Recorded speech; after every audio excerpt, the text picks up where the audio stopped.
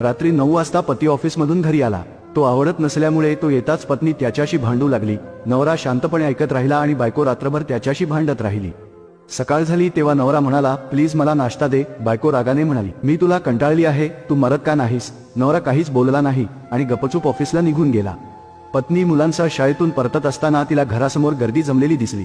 घरासमोर पतीचा मृतदेह पडलेला दिसला. लोक आपापसात बोलत होते की त्याचा अपघात झाला. बायको जोरजोरात ओरडू लागली, राजू, मी पुन्हा तुझ्याशी कधी भांडणार नाही. मला काहीही नको आहे. उठ राजू, तुला भूक लागली होती ना, चल मी तुला जेवण देते. मला सोडून जाऊ नकोस. पण राजू कसा उठणार? त्याला तर तिच्या शिव्या शापाने मारून टाकले होते.